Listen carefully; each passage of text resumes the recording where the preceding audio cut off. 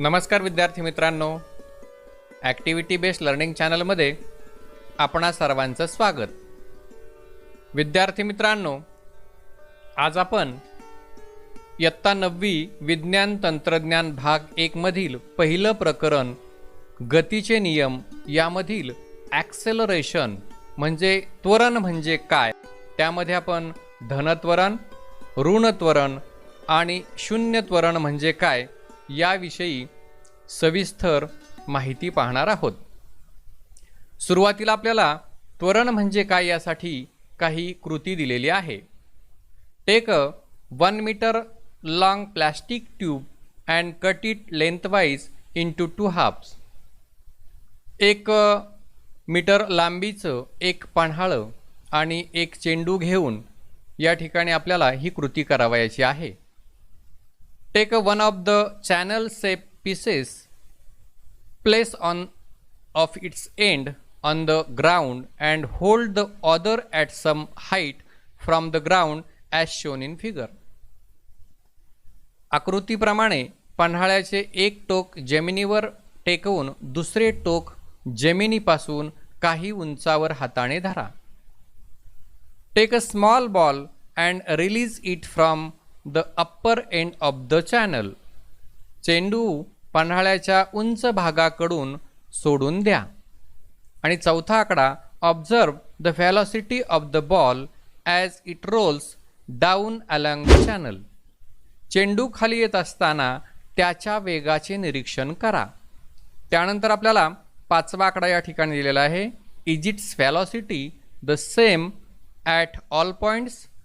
चेंडूवरून खाली येत आहे हे होत असताना वेग सर्व ठिकाणी सारखाच होता का। आणि सहावा मुद्दा आहे, observe how the velocity changes as it moves from the top through the middle and to the bottom. सुरुवातीस, मध्यभागी आणि जमिनीपाशी येताना वेग कसा बदलतो याचं निरीक्षण करा। आता या ठिकाणी जेव्हा चेंडू पन्हाळ्याच्या इथे असेल सुरुवातीला, त्यावेळेस तो कसा, त्याचा वेग 0 असेल आणि तो सोडल्यानंतर बघा त्याचा वेग काय होईल, वाढत जाईल आणि पुन्हा खाली आल्यानंतर त्याचा वेग कसा होईल, 0 होईल। त्यानंतर आपल्याला दुसरं एक उदाहरण या ठिकाणी दिलेलं आहे, you must have all played on a slide in a park. You know that while sliding down the velocity is less at the top. लहानपणी तुम्ही सर्वजण घसरगुंडी खेळला असाल। घसरगुंडीवरून घसरत असताना सुरुवातीस वेग कमी असतो, मध्यभागी तो कसा होतो, वाढतो आणि शेवटी तो कमी होऊन 0 होतो।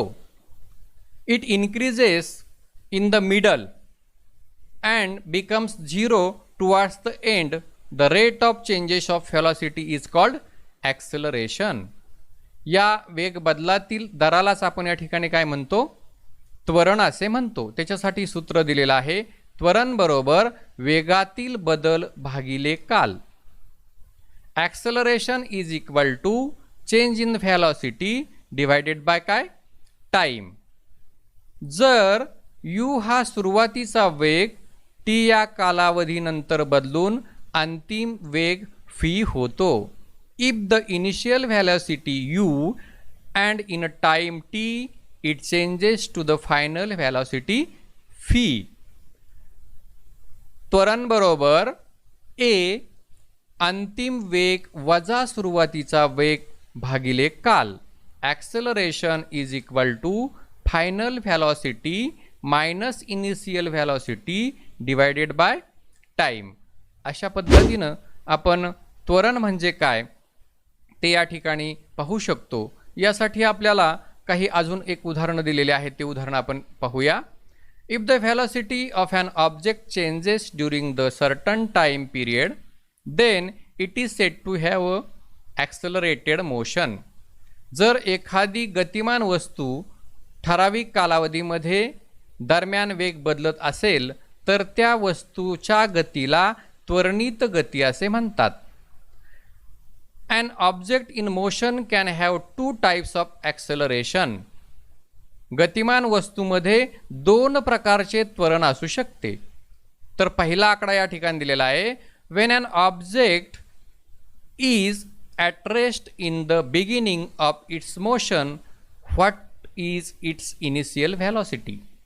जर समान कालावधीमध्ये वेगामध्ये समान बदल होत असतील तर एक समान त्वरण होते. आणि दुसरा आकडा दिलेला आहे when an object it comes to rest at the end of its motion, what is its final velocity? जर समान कालावधीमध्ये वेगामध्ये असमान बदल होत असेल तर नैक समान त्वरण होते. इथं पहिलं उदाहरण आपल्याला या ठिकाणी दिलेलं आहे. त्यामध्ये आपल्याला रेल्वे धावताना दिसत आहे आणि दुसऱ्या उदाहरणामध्ये या ठिकाणी एक सिग्नल आहे, इथं झेब्रा क्रॉसिंग दाखवलेलं आहे आणि एक गाडी आहे. आता इथं एक असमान त्वरण असणार आहे. कशा पद्धतीनं? जेव्हा या ठिकाणी सिग्नल पडेल, आता बघा ही गाडी पुढे गेली, पुढे गेल्यानंतर सिग्नल जवळ थांबली, म्हणजे या ठिकाणी इथं कशा प्रकारचं त्वरण असेल?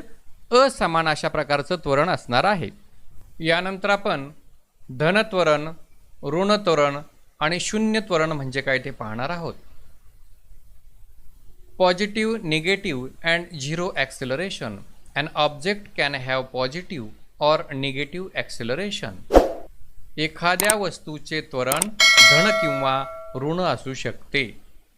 When the velocity of an object increases, the acceleration is positive. In this case, the acceleration is in the direction of velocity.